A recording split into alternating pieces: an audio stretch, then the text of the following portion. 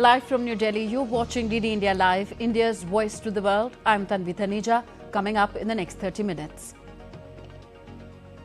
Donald Trump's presidential transition team lays groundwork for United States withdrawal from the WHO on the first day of his second term. France unveils a new government led by Prime Minister Francois Bayrou. New team comprises former ministers and senior civil servants. India bids farewell to the pioneer of parallel cinema. Last rites of Shyam Benegal held with full state honours in Mumbai. And ICC announces schedule for Champions Trophy 2025. India to face Pakistan on 23rd of February in Dubai.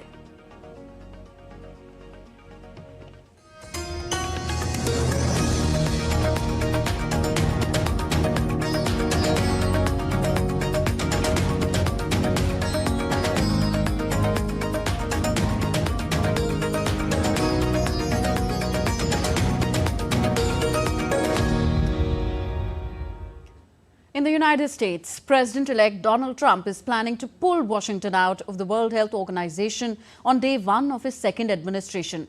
It is one of the many things he promises to execute on January 20th. Though this won't be the first time Trump has tried to lead a US exit from the World Health Organization. In 2020, Trump began the process of leaving the organization amid the spread of COVID-19. At that time, he accused the WHO of being controlled by Beijing and criticized its handling of the COVID-19 pandemic. He sent a 4-page letter to the WHO director, suspending funds and initiating the withdrawal process then. And we are by far the largest contributor to WHO, World Health, and they misled us. I don't know. They must have known more than they knew because they came after what other people knew that weren't even involved. We knew things that they didn't know, and either they didn't know or they didn't tell us, or, right now they're literally a pipe organ for China. That's the way I view it. Trump has nominated several critics of the organization to top public health positions, including Robert F. Kennedy Jr., a vaccine skeptic who is up for the post of Secretary of Health and Human Services, which oversees all major U.S. health agencies, including the CDC and FDA. At a press briefing on December 10th, WHO Director General Tedros Adhanom Ghebreyesus said the WHO will be giving time and space for the transition to the new government in the United States. We're ready to work together. And the relationship between WHO and the US, the United States, has been actually a good model of partnership and has been partnering for many years. And we believe that that will be the case. And I believe, the US leaders understand that the US cannot be safe unless the rest of the world is safe. Trump's consistent backing of TikTok has fueled speculation about possible solutions to prevent the app from being banned in the United States. As the future of the Chinese app remains uncertain, Trump says he has a warm spot in his heart for TikTok. US President-elect Donald Trump's repeated support for TikTok has sparked speculation about potential solutions to prevent the app's impending ban in the United States. Trump credits the wildly popular platform with delivering him a large young user base. He opposes banning TikTok also because he believes it would primarily benefit Instagram and Facebook. Congress overwhelmingly passed legislation in April that would block TikTok unless Beijing-based ByteDance sells its stake by January 19.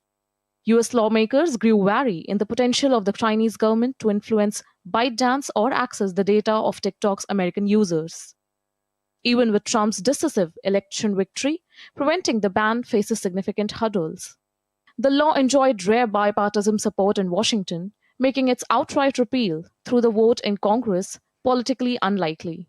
TikTok has appealed to the Supreme Court, arguing the law violates First Amendment rights to free speech.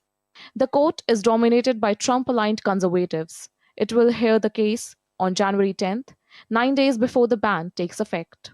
Another possibility is that the Department of Justice could determine ByteDance has addressed the law's national security concerns or not. The final option is ByteDance selling to a non-Chinese buyer. As precedent, Trump could extend the ban deadline by 90 days to facilitate the transaction. This isn't the first attempt to resolve TikTok's US status. In 2020, Trump also threatened a ban unless ByteDance sold its US operations. Bureau Report, DD India. The outgoing Biden administration announced on Monday that it has launched an investigation into China's semiconductor policies, citing concerns over Beijing's use of extensive anti-competitive and non-market means to disrupt global economies. The probe will focus on foundational semiconductors, critical components used in products like cars and medical devices. The investigation aims to determine whether China's actions are creating barriers for American businesses. The United States, United Kingdom and the European Union on Monday criticized Pakistan's military courts for sentencing 25 civilians in connection with attacks on military facilities following the 2023 arrest of former Prime Minister Imran Khan. According to US State Department, Washington is deeply concerned that Pakistani civilians have been sentenced by a military tribunal for their involvement in protests on May 9, 2023. The British government's Foreign Office added that trying civilians in military courts lacks transparency, independent scrutiny and undermines the right to a fair trial. The European Union stated the sentences were inconsistent with the obligations that Pakistan has undertaken under the International Covenant on Civil and Political Rights. The civilians received sentences ranging from 2 to 10 years, raising concerns among Khan's supporters about the growing role of military courts in cases linked to the former leader. On to West Asia. Israeli Prime Minister Benjamin Netanyahu emphasized unity among Israelis in defending their nation against those who seek its destruction. In his Christmas message, Netanyahu stated that Israel stands at the forefront of the global fight against forces of evil and tyranny. Of Israel are united in defending our nation against those bent on our destruction. We seek peace with all those who wish peace with us, but we will do whatever is necessary to defend the one and only Jewish state, the repository and the source of our common heritage. Israel leads the world in fighting the forces of evil and tyranny, but our battle is not yet over. With your support and with God's help, I assure you, we shall prevail. Meanwhile, Netanyahu is set to testify in his long-running corruption trial on Tuesday under a court order that could force him to juggle between the courtroom and the war room for weeks. Earlier, Prime Minister Benjamin Netanyahu signalled that certain progress had been achieved in the ongoing hostage talks with Hamas, but did not specify how long it would take to see the results. During a speech in Israel's Knesset, Netanyahu said that Israel had made great achievements militarily on several fronts and that military pressure on Hamas had led its leaders to soften their previous demands.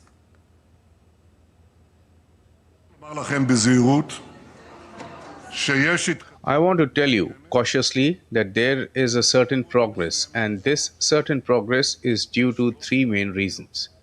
There is progress, I don't know how long it will take. We will continue to operate in any way and without a pause until we bring them all back home from the enemy's land. We do not take our eyes off Iran, that is threatening to eliminate us, and we are determined to stop Iran from reaching nuclear weapon as well as other weapons that could threaten our cities. At least 12 people were killed and 3 others injured in an explosion at an explosives factory in northwest Turkey. According to local media reports, the blast occurred in Balıkesir province. The governor confirmed that there was no indication of sabotage. Authorities are investigating the cause of the incident. French President Emmanuel Macron unveiled a new government on Monday, aiming to navigate another vote of no confidence in a deeply divided parliament. The new government, led by Francois Bayrou, will focus on drafting a 2025 budget and tackling France's budget deficit, which is expected to hit 6% of GDP this year. This is well above the EU's 3% target for member states. This marks France's fourth government this year, featuring a mix of former ministers and senior civil servants. Meanwhile, Parisians have set low expectations from France's newly appointed ministers, which many say are not representative of the population. I don't expect anything from this new government because it's clear that the further things go, the more catastrophic they become. I don't see it unless there's a magic wand. It's always the Macronists and the Republicans. They haven't included the others. The socialists are not part of it. So for me, it lacks a mix. The mix is the whole of France. It's not just the left, the right. It's all the French people. You're watching DD India Live, still to come on the show. US military says it has conducted an airstrike in Syria, killing 2 ISIS operatives. And India celebrates National Consumer Day to highlight the importance of consumer empowerment.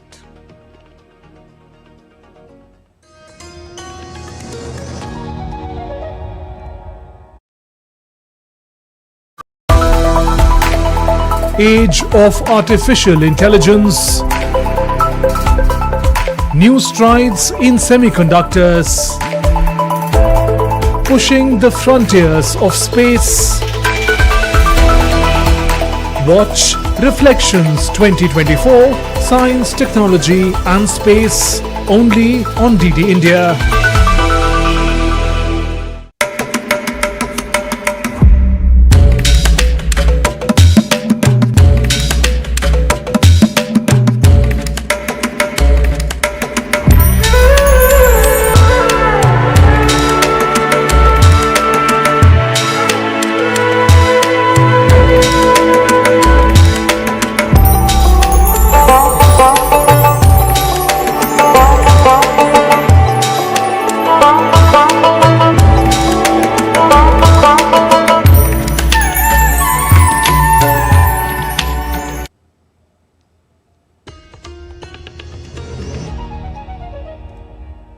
Welcome back. You're watching DD India Live. I am Tanvi Taneja.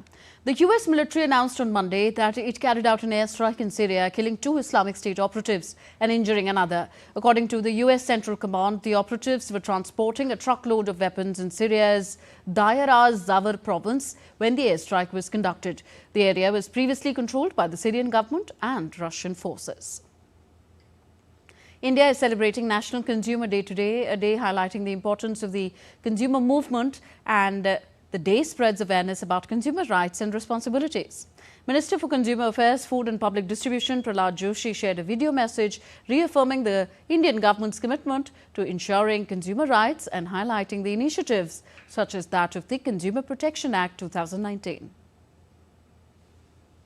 The government of India is not only focusing on the consumer's protection, but also consumer's prosperity. India currently is the 5th largest economy in the world and the 4th largest consumers market, providing the ample of opportunities for the consumer-based economy. The Consumer Act 2019 marked a transformative milestone in India's consumer protection framework. The theme of this year's National Consumer Day is virtual hearings and digital access to consumer justice. DD India's Deepika Mehto takes us through the significance of this day, historical facts, and what are the major initiatives launched this year to protect the rights of the consumers.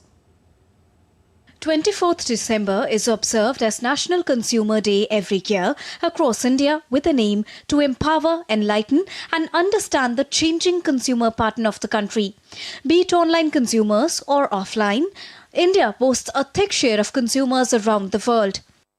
Interestingly, it was the Consumer Protection Act in the year 1986 that received the presidential assent and was enacted. The law then came into effect to safeguard the interests and rights of the consumers, ensuring that they are protected against unfair trade practices, fraud and exploitation. In the year 2024, the Consumer Day is being celebrated with the theme Virtual Hearings and Digital Access to Consumer Justice. The theme corresponds with the objectives of the new Consumer Protection Act 2019 that is aimed at providing speedy, cost-effective and hassle-free justice to the consumers. The amended Act highlights the importance of digital medium and tools in ensuring that consumers can access justice in an increasingly online world. And on the occasion, the Ministry of Consumer Affairs, Food and Public Distribution and Minister of New and Renewable Energy launched various key initiatives on the National Consumer Day for the protection of consumer rights. Some of the highlights are signing of safety pledge by major e-commerce platforms, which is a voluntary commitment for ensuring consumer safety. Launch of Jago Grahak Jago app, Jagriti app and Jagriti dashboard to protect consumers from the dark pattern. Launch of e-map portal for all services legal metrology services. Dedication of software testing facility for weighing and measuring instrument. With such initiatives, the government keeps on emphasizing on the consumer rights and the protection of those rights as well. At the same time, it is also important for the consumers to be educated about these rights and practice them in their daily lives. Deepika's report for DD India. And now let's bring you Christmas, the updates to Christmas festivities from around the world. In North Macedonia, scuba divers continued their unique Christmas tradition by decorating a tree at the bottom of Lake Ohrid. Divers from the local club Amphora, along with Red Cross volunteers, placed the tree near the museum on the water. This year, the event was dedicated to children with rare diseases, with divers extending New Year greetings to all citizens. The underwater Christmas tree, which will remain in place until January 2025, will also be illuminated for the first time. And as Christmas Eve arrives, the iconic landmarks and shopping destinations of Dubai have transformed into winter wonderlands, offering a unique blend of West Asian hospitality and festive cheer. From towering Christmas trees to magical parades, Dubai is celebrating the holiday season like never before. At Wafi City, a 52-foot Christmas tree anchors a festive circus with families enjoying the live music and Santa's grotto. Al Seef's 39-meter tree leads a month-long celebration featuring a winter parade and Dubai lights, blending festive fun with local culture. Sok Madinat Jumeirah showcases a 36-foot tree holiday market and festive arbor rides with Santa. As night falls, Dubai's twinkling lights and festive treats create a magical atmosphere, celebrating global traditions with a local twist. Christmas festivities are illuminating the streets of northeast India's Nongpo in Meghalaya. The Catholic Church in the town hosted a vibrant mobile Christmas carol event, spreading festive cheer throughout the town. The carol procession, which began at the church, wound its way around the Nongpo area. Hundreds of vehicles adorned with colorful decorations and a large number of participants took part in the event, creating a lively and joyful vibe. Extensive preparations for Christmas celebrations can be seen across the globe. The festive spirit is evident, with enthusiasm and excitement spreading across in India's northeastern state of Assam as well. Churches in Guwahati and surrounding areas are beautifully decorated for Christmas, with streets, markets and establishments lively with festive spirit. Overall, the Christian community in the region is preparing to celebrate Christmas with joy and devotion. Veteran filmmaker Shyam Benegal was cremated on Tuesday with full state honours. Shyam Benegal has passed away at the age of 90. The director took his last breath on Monday in Mumbai. The film fraternity and his close friends mourned the loss of the pioneer of what is called the Indian New Wave movement. Diptanshu Kashyap reports. It's an end of an era for film fraternity. As a pioneer of parallel cinema in India, Shyam Benegal, one of the greatest filmmakers since the 1970s, died at the age of 90 in Mumbai. His mortal remains were cremated with full state honours. Paying tributes to the author, President of India, Draupadi Murmu, wrote on X, "The passing of Sri Shyam Benegal marks the end of a glorious chapter of Indian cinema and television. He started a new kind of cinema and crafted several classics. A veritable institution, he groomed many actors and artists. His extraordinary contribution was recognized in the form of numerous awards, including Dada Saheb Phalke Award and Padma Bhushan. My condolences to the members of his family and his countless admirers." Vice President Jagdeep Dhankar wrote, "Saddened by the demise of Sri Shyam Benegal ji, a Padma Bhushan recipient and a visionary filmmaker, his pioneering works greatly enriched the landscape of Indian cinema. Sri Benegal's path-breaking films address social realities with unmatched depth and sensitivity. His contribution to art, culture and storytelling will always be remembered with deep respect. My heartfelt condolences to his family and admirers in this difficult hour." Prime Minister Narendra Modi wrote on X, "Deeply saddened by the passing of Sri Shyam Benegal ji, whose storytelling had a profound impact on Indian cinema. His works will continue to be admired by people from different walks of life. Condolences to his family and admirers. Om Shanti." Born on the 14th of December in the year 1934 in Hyderabad, Benegal began his career in copywriting before transitioning to filmmaking, creating numerous commercials, corporate films and documentaries. I got to learn from him, I got to perform with him, I got to spend time with him, I traveled the world with him. kahan ghume hum log saath mein. And I tell you, those were the best days of my life. Benegal made his directorial debut with Ankur. His directorial debut, which means the seedling, literally sprouted a series of impeccable masterpieces like Nishant, Manthan, Bhumika, Junoon, The Making of the Mahatma and Bose, The Forgotten Hero. His final film, Mujib, The Making of a Nation, focused on the founder of Bangladesh, Mujibur Rahman. Benegal also helped launch the careers of many actors. उन्होंने एक नई जागृति, नया चेतन, एक नया सोच Hindi cinema को दिया, इसमें कोई शक ही नहीं। Benegal is also known for his television contribution, with the most notable being Bharat Ek Khoj. He also directed Samvidhan, a mini-series on the making of India's constitution.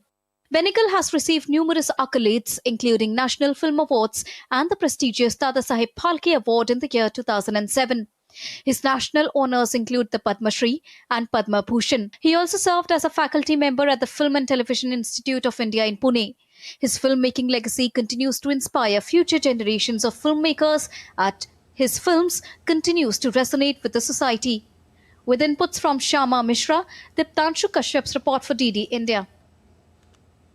And now let's bring you some sporting action as well. The International Cricket Council, ICC, officially declared the schedule for the Champions Trophy for the year 2025. The much-awaited clash between India and Pakistan will take place on 23rd of February in Dubai. Besides Pakistan, the other two teams in India's group are Bangladesh and New Zealand. India will play Bangladesh on 20th February and New Zealand on 2nd of March. All matches of Team India will be held in Dubai, which is a neutral venue for the tournament. Defending champions and hosts Pakistan will kick off the tournament on 19th February against New Zealand in Karachi. The Women's Selection Committee announced India's Under-19 squad for the upcoming ICC Under-19 Women's T20 World Cup 2025 in Malaysia on Tuesday. India's Nikki Prasad will lead the squad, while Sanika Shalke will be the vice-captain. There are as many as 4 groups, with each group consisting of 4 teams. India Under-19, who are the defending champions, are placed in Group A, alongside hosts Malaysia, West Indies and Sri Lanka. The tournament is set to be played in Malaysia from 18th January to 2nd of February. India will begin their campaign on January 19th against West Indies Under-19 team. That's it in this broadcast. But before we go, India's public broadcaster Prasar Bharati has recently launched Waves. Entering the field of OTT platform, Waves provides a complete infotainment ecosystem to digital media and OTT audiences. If you want great content for free, you can download Waves today. That's it in this edition of DD India Live. Do let us know your thoughts on the news of the day. Connect with us on our different social media handles at DD India Live. And for those on the go, you can download our DD India mobile app for quick news and updates from India and the world. We'll be back with more news as it breaks here on DD India. I'm Tanvi Taneja. From all of us here in New Delhi, thank you for watching. Namaskar.